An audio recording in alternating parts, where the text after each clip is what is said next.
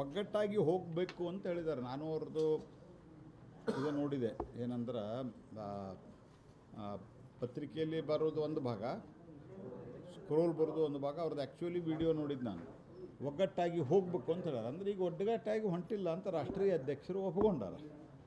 So ಹಾಗಾಗಿ ಅವ್ರದ್ದು ಪರಿಸ್ಥಿತಿ ಏನದ ಅಂತ ಇದರಿಂದ ಭಾಳ ಸ್ಪಷ್ಟವಾಗಿ ಅರ್ಥ ಆಗ್ತದೆ. ಮತ್ತು ಒಬ್ಬರು ಹೇಳ್ತಾರೆ 2028ರವರೆಗೆ 19ನೇ ಬಜೆಟನ್ನು ಅವರು ಮುಖ್ಯಮಂತ್ರಿಗಳ ಮಗ ಸುಪುತ್ರ ಹೇಳೋದು ನಮ್ಮ ಪೂಜ್ಯ ತಂದೆಯವರು ಅದನ್ನು ಬಜೆಟ್ ಮಂಡನೆ ಮಾಡ್ತಾರೆ ಅಂತ ಹೇಳಿದ್ದಾರೆ.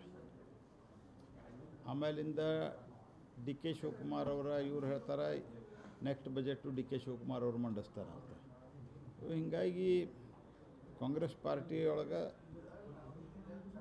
ಸರ್ಕಾರದಲ್ಲಿ ಯಾವುದೂ ಸರಿ ಇಲ್ಲ ಅಂತ ತಿಳ್ಕೊಂಡು ಅವರು ಒಪ್ಪಿಕೊಂಡಿದ್ದಾರೆ. ಇದರ ಅರ್ಥ ಇಷ್ಟ, ಒಟ್ಟಿಗೆ ಹೋಗಬೇಕು ಅಂತ ಅವ್ರು ಹಿಂದೂ ಹೇಳಿದ್ರು, ಈಗೂ ಹೇಳ್ತಾ ಇದ್ದಾರೆ. ಅಂದರೆ ಅವ್ರು ಹಿಂದೆ ಹೇಳಿದ್ದು ಕೇಳಿಲ್ಲ, ಈಗ ಹೇಳಿದ್ದು ಕೇಳೋದಿಲ್ಲ, ಮುಂದೆ ಹೇಳಿದ್ದು ಕೇಳೋದಿಲ್ಲ ಅಂತ. ಮತ್ತೊಂದು ಕಡೆ ಈ ಗಂಗಾವತಿ ಒಳಗೆ ವಿದೇಶಿ ಪ್ರಜೆಗಳ ಮೇಲೆ ಅದು ನಿನ್ನೆನೂ ಅದ್ರ ಬಗ್ಗೆ ನಾನು ರಿಯಾಕ್ಟ್ ಮಾಡಿದ್ದೀನಿ. ಸರ್ಕಾರದ ಫೇಲ್ಯೂರ್ ಇದು, ಟೋಟಲ್ ಫೇಲ್ಯೂರ್. ಎಲ್ಲಿ ವಿಶೇಷವಾಗಿ ವಿದೇಶಿ ಯಾತ್ರಿಕರು ಬರ್ತಾರೆ, ಇಡೀ ಜಗತ್ತಿನಾಗ ಟೂರಿಸಮನ್ ಮೇಲೇ ಓನ್ಲಿ ಆನ್ ಪ್ರವಾಸೋದ್ಯಮ ಅನೇಕ ದೇಶಗಳು ನಡೀತಾವೆ. ಈಗ ಉದಾಹರಣೆಗೆ ಮಾಲ್ಡೀವ್ಸು ಇವೆಲ್ಲ ಟೂರಿಸ್ಟ್ ಮೇಲೆ ನಡೆಯುವಂಥ ಅನೇಕ ದೇಶಗಳಿದ್ದಾವೆ. Their economy is dependent on the tourist. Goa ಇದೆ, ಹಿಂಗೆ ಅನೇಕ ರಾಜ್ಯಗಳ ಟೂರಿಸ್ಟದ್ದು ಒಂದು ಟೂರಿಸಮ್ ಒಂದು ಬಹುದೊಡ್ಡ ಉದ್ಯಮ ಇದು. ಹಾಗಾಗಿ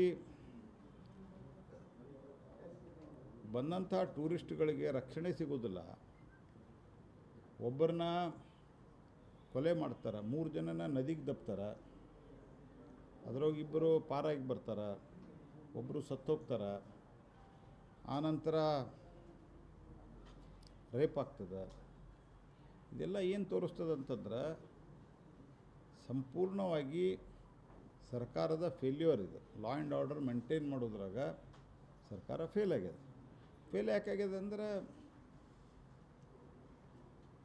ಆಕ್ಷನ್ಗಳ ಮೇಲೆ ಹರಾಜಿನ ಮೂಲಕ ಅವರು ಇನ್ಸ್ಪೆಕ್ಟ್ರು, DYSP, ಅಡಿಷನಲ್ SP ಇವುಗಳೆಲ್ಲ ಪೊಲೀಸ್ ಟ್ರಾನ್ಸ್ಫರ್ ಆಗ್ತಾಯಿದೆ. ಒಂಥರ ಹರಾಜು ಹಾಕ್ತಾಯಿದ್ದಾರೆ. ಆ ಹರಾಜಿನ ಆಧಾರದ ಮೇಲೆ ಇವತ್ತು ಪೋಸ್ಟಿಂಗ್ ಆಗ್ತಾ ಇರೋದ್ರಿಂದ ಅವರಿಗೆ ಕಾನೂನು ಸುವ್ಯವಸ್ಥೆ ಕಡೆಗಿಂತ ಲಕ್ಷ್ಯ ಕೊಡೋದಕ್ಕಿಂತ ಹೆಚ್ಚಾಗಿ ಪೊಲೀಸರ ಎಲ್ಲ ಒಂದು ಲಕ್ಷ್ಯ ಅಥವಾ ಪೊಲೀಸರ ಎಲ್ಲ ಧ್ಯಾನ ತಾವು ಏನು ಲಿಲಾವ್ನಲ್ಲಿ ದುಡ್ಡು ಕೊಟ್ಟು ಬಂದಿದ್ದಾರೆ ಅದನ್ನು ಗಳಿಸೋದ್ರಲ್ಲಿ ಇರ್ತದೆ. ಹರಾಜಿನಲ್ಲಿ ಏನು ದುಡ್ಡು ಕೊಟ್ಟು ಬಂದಿರ್ತಾರೆ ಅದನ್ನು ಗಳಿಸೋದ್ರ ಕಡೆ ಇರೋದ್ರಿಂದ ಸಂಪೂರ್ಣ ಲಾ ಆ್ಯಂಡ್ ಆರ್ಡರ್ ಕುಸಿತ ಆಗಿದೆ. ಸೊ ಇದನ್ನು ಸರ್ಕಾರ ಗಂಭೀರವಾಗಿ ಪರಿಗಣಿಸಿ ಮುಖ್ಯಮಂತ್ರಿಗಳು ಟ್ವೀಟ್ ಮಾಡಿ ಖಂಡಿಸಿದ್ರಲ್ಲ. ಅಲ್ಲಿ ವಿದೇಶಿ ಯಾತ್ರಿಕರು ಹಂಪಿಯೊಳಗೆ ಬರ್ತಾ ಇರ್ತಾರೆ, ಅಲ್ಲಿ ಎಷ್ಟು ಪೊಲೀಸ್ ಸತರ್ಕವಾಗಿದ್ದರು.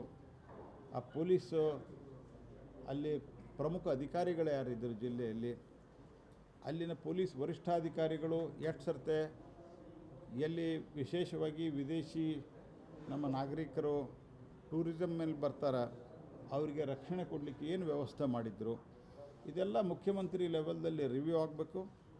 ಮತ್ತು ಇದರಲ್ಲಿ ಯಾರು ಲೋಪವನ್ನು ಎಸಗ್ತಾರೆ ಅಂಥ ಪೊಲೀಸ್ ಅಧಿಕಾರಿಗಳ ಮೇಲೂ ಕ್ರಮ ಆಗಬೇಕು. ಇಲ್ಲಿ ಹುಬ್ಬಳ್ಳಿಯಾಗ ಮಾಡ್ಯಾರಲ್ಲ ಹಾಗಲ್ಲ, 2-2 ಕಾನ್ಸ್ಟೇಬಲ್ನ ಸಸ್ಪೆಂಡ್ ಮಾಡ್ಯಾರ.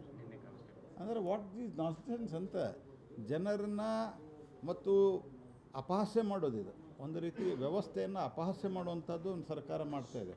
ಹಂಗೆ ಅಲ್ಲಿಯೂ ಕೂಡ ಯಾರೋ ಒಂದಿಬ್ಬರನ್ನೀಗ ನಾವಿಷ್ಟೆಲ್ಲ ಮಾತಾಡಿದ ನಂತರ ನಿಮ್ಮ ಮಾಧ್ಯಮಗಳಲ್ಲಿ ಮತ್ತು ನಿಮ್ಮ ಚಾನಲ್ಗಳಲ್ಲಿ ಪತ್ರಿಕೆಯಲ್ಲಿ ಬಂದ ನಂತರ ಒಬ್ಬರನ್ನ ಯಾರನ್ನೂ ಅಲ್ಲಿ ಭಾಳ ಆದರೆ ಸಬ್ ಇನ್ಸ್ಪೆಕ್ಟ್ರು, ಪೊಲೀಸ್ ಕಾನ್ಸ್ಟೇಬಲ್ಲು ಇಂಥವ್ರನ್ನ ಸಸ್ಪೆಂಡ್ ಮಾಡ್ಬೋದು ಅಷ್ಟೇ. ಸರ್ಕಾರದ ಈ ಆ್ಯಟಿಟ್ಯೂಡಿಂದ ಆಗ್ತಾಯಿದೆ.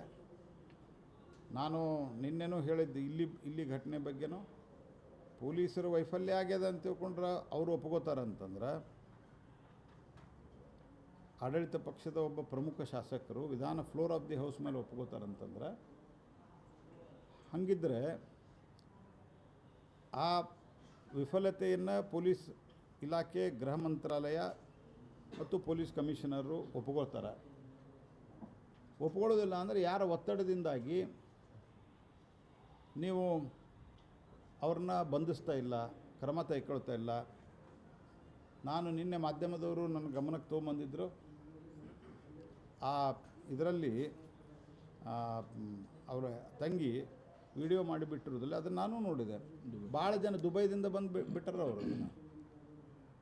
ಅದರಲ್ಲಿ ಅವ್ರು ಹೇಳಿದ್ದು ಭಾಳ ಜನ ಇನ್ವಾಲ್ವ್ಮೆಂಟ್ ಇದ್ದಾರೆ, ನಮ್ಮ ಅಕ್ಕನ್ನು ಅರೆಸ್ಟ್ ಮಾಡಲಿ, ಎಲ್ಲ ಹೊರಗೆ ಬಿಡ್ತೀವಿ ಅಂತ ಹೇಳ್ಯಾರ. ಅಂದರೆ ಕಾಂಗ್ರೆಸ್ ಪಾರ್ಟಿಯವರು ಹೆದರಿ ಅವ್ರನ್ನ ಅರೆಸ್ಟ್ ಮಾಡಿಸ್ತಾ ಇಲ್ಲ. ಪೊಲೀಸ್ ಕಮಿಷನರ್ ಇದನ್ನು ಸ್ಪಷ್ಟಪಡಿಸ್ಬೇಕು. ಇಲ್ಲ ಅಂದರೆ ಫ್ಲೋರ್ ಆಫ್ ದಿ ಹೌಸ್ ಮೇಲೆ ನೀವು ಪೊಲೀಸ್ ಕಮಿಷನರ್ ವಿಫಲ ಆಗ್ಯಾರ ಅಂತ ಹೇಳ್ಯಾರ ಅವರು. This is A very serious allegation by the Congress party and it's MLA. It is A very serious allegation. ಇಲ್ಲ ಅಂತಂದರೆ ಹೌದಪ್ಪ ನಾ ಫೇಲ್ ಆಗಿ ನಂತರ ನೀವು ಮಾಧ್ಯಮದ ಮುಂದೆ ಹೇಳ್ರಿ. ಆ ಮಾಧ್ಯಮದವ್ರಿಗೂ ವಿನಂತಿ ಮಾಡ್ತೀನಿ, ಪೊಲೀಸ್ ಕಮಿಷನರ್ ರಿಯಾಕ್ಷನ್ ಕೇಳ್ರಿ ನೀವು. ಕಮಿಷನರ್ ಹೇಳಿದೆ ಸರ್, ನಿನ್ನೆ ರಿಯಾಕ್ಟ್ ಮಾಡಿರೋದಕ್ಕೂ ಕೂಡ ವೈಫಲ್ಯ ಅಂದರೆ ಆರೋಪಿಯನ್ನ ಬಂಧಿಸುವಲ್ಲಿ ಈ ಕೇಸಿಗೆ ಮಾತ್ರ ನಾನು ವೈಫಲ್ಯ ಅಂತ ಹೇಳಿದ್ದಾರೆ. ಅದನ್ನು ಒಪ್ಕೊಂಡಾರ, ಅದನ್ನ ಅಡ್ವೈಸ್ ಅಂತ ತಿಳ್ಕೊತೀವಿ. ಅಲ್ಲ, ಅಡ್ವೈಸ್ ಅಂತ ಹೋದ್ರೆ ವೈಫಲ್ಯ ಅಂತ ಒಪ್ಕೊಂಡಿದ್ದಾರೆ. ಆವಾಗ ಓಕೆ, ನಾವೇನು ಅಧಿಕಾರಿಗಳ ಬಗ್ಗೆ ನಾನು ಮಾತಾಡಲಿಕ್ಕೆ ಇಲ್ಲಿ ಕೂತಿಲ್ಲ. ಅವರು ತಮ್ಮ ವೈಫಲ್ಯತೆಯನ್ನು ಒಪ್ಕೊಳ್ತಾರಂತಂದ್ರೆ ಮತ್ತು ಇರಬೇಕಾಕೆ ಹಂಗಾರೆ? ನಮಗೆ ಗೊತ್ತಿರೋ ಮಟ್ಟಿಗೆ ನಾನು ಇನ್ನೂ ಹೇಳೀನಿ, ಈ ಶಶಿಕುಮಾರ್ ಏನಿದ್ದಾರೆ, ನನಗೆ ಇಲ್ಲಿವರೆಗಿರೋ ಮಾಹಿತಿ ಪ್ರಕಾರ ಅವರು ಸ್ವಲ್ಪ ಖಡಕ್ ಅಧಿಕಾರಿ ಅಂತ ನಾನು ಕೇಳೀನಿ. ಯಾಕಂದ್ರೆ ಅವ್ರು ಇಲ್ಲಿ ನಮ್ಮಲ್ಲಿ ಕೆಲಸ ಮಾಡ್ತಾ ಇರೋದು ಮೊದಲೇ ಬಾರಿ ಇದು. ಹಿಂದಿನ ಜಿಲ್ಲೆಯಲ್ಲಿ ಅಲ್ಲೇ ಮಾಡಿದ್ದು. ಮತ್ತು ಅವರನ್ನು ಹೌದು ನಾವು ವಿಫಲ ಆಗಿನೇ ಅವ್ರು ಹೇಳಿದ್ದೆ. ಅವ್ರು ನಿಮ್ಮ ಮೇಲೆ ಆರೋಪ ಮಾಡ್ಯಾರ, ಯು ಆರ್ ಫೇಲ್ಡ್ ಅಂತ. ನೀವು ಅದನ್ನು ಒಪ್ಕೋತೀರಂದ್ರೆ ಅರ್ಥೇನು? ಸರ್ಕಾರದ ಮತ್ತು ವಿಶೇಷವಾಗಿ ಆಡಳಿತ ಪಕ್ಷದ ಕೆಲವರು ಇನ್ವಾಲ್ವ್ ಆಗಿದ್ದಾರೆ ಅಂತ ಅವ್ರು ಏನು ವಿಡಿಯೋದಲ್ಲಿ ಹೇಳ್ಯಾರ, ಇದು ಅಲ್ಲ ಅಂತ ಆಗ್ಬೇಕಂದ್ರೆ, ನಿನ್ನೆ ಒಬ್ಬ ಪಕ್ಷದ ಮುಖಂಡರು ಹೇಳಿದ್ದಾರೆ ಅವ್ರು ಇಲ್ಲೇ ಇದ್ದಾರೆ ಅಂಥೇಳಿ. ನಮ್ಮ ಪಕ್ಷದ ಮುಖಂಡರು ಅವ್ರು ಇಲ್ಲೇ ಇದ್ದಾರೆ ಅಂತ ಹೇಳ್ಯಾರ. ಅವ್ರು ನನಗೆ ಗೊತ್ತಿಲ್ಲ, ಅವ್ರು ಹೇಳಿದ್ದಾರೆ ಇಲ್ಲೇ ಇದ್ದಾರೆ ಅಂಥೇಳಿ. ಹಂಗಾರೆ ಅರೆಸ್ಟ್ ಯಾಕೆ ಆಗ್ತಾ ಇಲ್ಲ? ಇದಕ್ಕೆ ಉತ್ತರ ಕೊಡಬೇಕಾಗ್ತದೆ. ಸರ್ಕಾರ ಉತ್ತರ ಕೊಡಬೇಕಾಗ್ತದೆ, ಪೊಲೀಸ್ ಇಲಾಖೆ ಉತ್ತರ ಕೊಡಬೇಕಾಗ್ತದೆ. ಅಡ್ವೈಸ್ ಅಂತ ಹೋಗ್ತೀನಿ ಅಂತ ಹೇಳೋದಲ್ಲ ಇದು. ಫೇಲ್ಯೂರ್ ಅಂತ ಹೇಳಿದ್ದು it is A very serious thing. ಯಾವ ಒತ್ತಡದ ಆಧಾರದ ಮೇಲೆ ನೀವು ಅವ್ರನ್ನ ಅರೆಸ್ಟ್ ಮಾಡ್ತಾ ಇಲ್ಲ ಅಂತ ಅನ್ನೋದನ್ನು ಸ್ಪಷ್ಟಪಡಿಸ್ರಿ. ಹಂಗಾರ ಅಡ್ವೈಸ್ ಅಂತ ಹೊರಡ್ತೀವಿ, ಅವ್ರು ಹೇಳಿ 2 ದಿವಸ ಇನ್ನೂ ಅರೆಸ್ಟ್ ಆಗಿಲ್ಲ ಅಂದರೆ ಅರ್ಥ ಏನಂಗಾರ? ಹಾಂ, ಲುಕೌಟ್ ನೋಡಿ, ಇವು ಲುಕೌಟ್ ನೋಟಿಸ್ ಗಿಟೀಸ್ ಓಡು. ಅವರು ವಿದೇಶಕ್ಕೆ ಹೋದ್ರೆ ಲುಕೌಟ್ ನೋಟಿಸ್, ಎಲ್ಲರೂ ಅಡಿಕೊಂಡು ಕೂತ್ರೆ ಇಂಟೆಲಿಜೆನ್ಸ್ದ ಎಲ್ಲ ಗೊತ್ತಾಕತ್ತಿದೆ. ಎಂತಿಂಥ ಟೆರರಿಸ್ಟ್ ಆ್ಯಕ್ಟ್ ಇವತ್ತು.